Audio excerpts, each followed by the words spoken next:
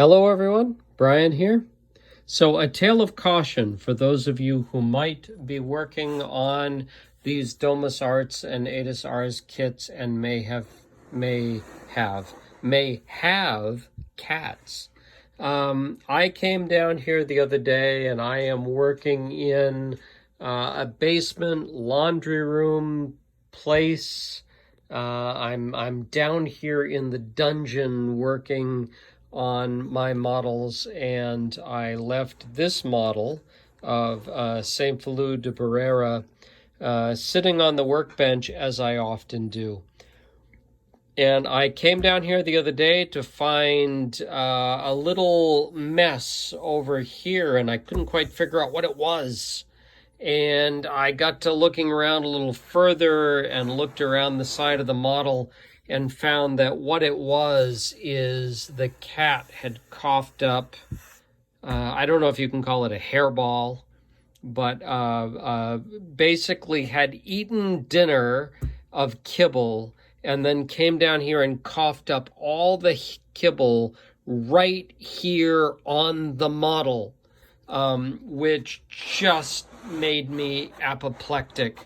And I ran upstairs with the model with the pile of kibble here and cat bile and said to my long-suffering wife, "Can you believe this? I'm going to kill them," even though I love them.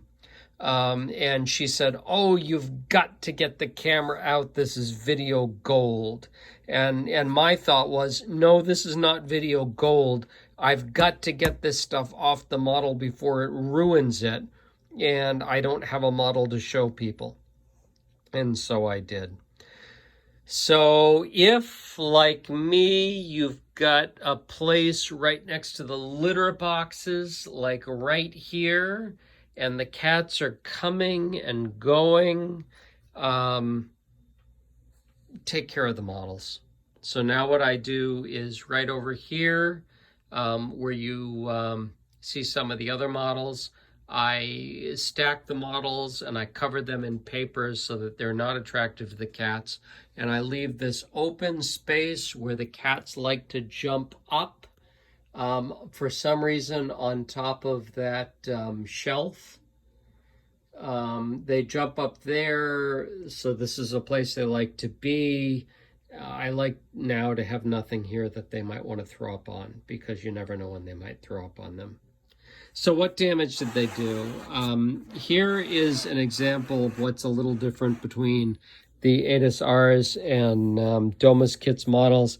The Domus Kits models use a thinner cardboard. And so you can see here where it was discolored and where it began to disfigure a little bit.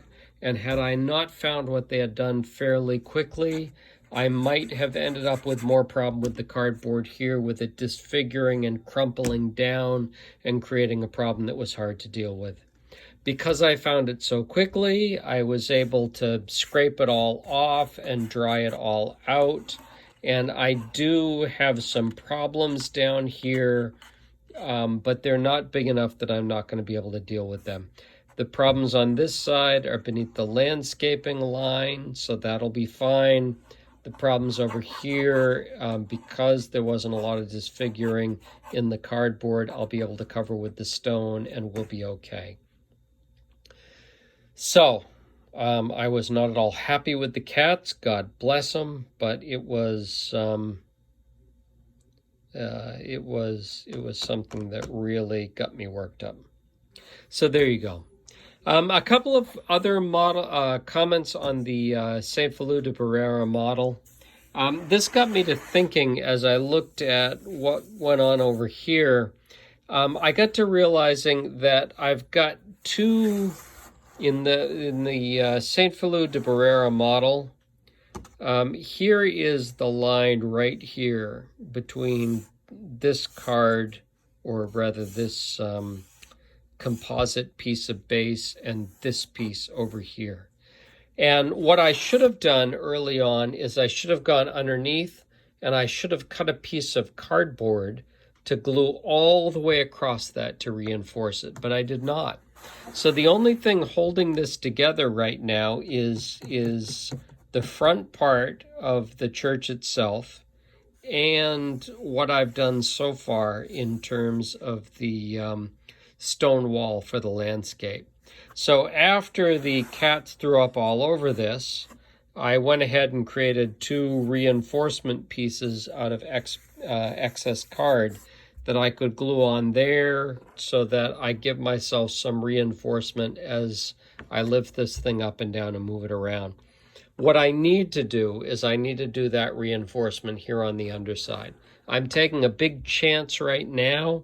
Any problem right now could break these cards in half and just create an extra headache for me. And why am I doing that? I shouldn't be doing that. So the next thing I will do is reinforce the underside here like I've done with the top briefly. And then the other thing to note is that since last we talked, I've, hold on, forgive the shaky cam. It's handheld right now. I've gone ahead and I've dealt with all of the smaller apps, and I've begun to deal with the larger apps. And all of these models have something that is particularly quirky or interesting. In this model, it is this apps over here, which has the arched pieces up above and has these sections here that stick out from the rest of this. So how am I doing this? So I noted before that we have pieces that are 1/3 the width. Let's see if I can find a piece. So here's the normal pieces, and I've got, is that working? Yeah, if you look like this, which is equivalent. These are half the width or 1/3 of the width in some cases as the normal pieces. So whereas here, I'm going ahead and I'm putting these pieces here in that full width. Over here, I'm doing the 1/3 width pieces, and then I'm turning those pieces sideways so they're the full width going this way. And that gives you the contrast between the these arch sections and these inset sections. What this means is when I get up to the top, these pieces, which are no more than 1/2 the width of this, I'll be able to sand down to place in here, and they will sit over, forgive the hands here, they will sit over the pieces that are inset here, and they'll sit on top of 1/2. Forgive me, I'm not going to be able to show you this, unfortunately. They will sit on half of this item and really be able to look like they're integrated rather than just sitting on top of the stonework here. When you look at the instructions that are given by Domus kits, it notes that these are the 3mm pieces, but it's really, it feels like it's a little vague on what they mean by that. So what they mean is take the thinnest pieces you've got and lay them on their side and go up there and then lay them on this side. It's not going to work. Lay them up like that. Oh my goodness, you see what I mean.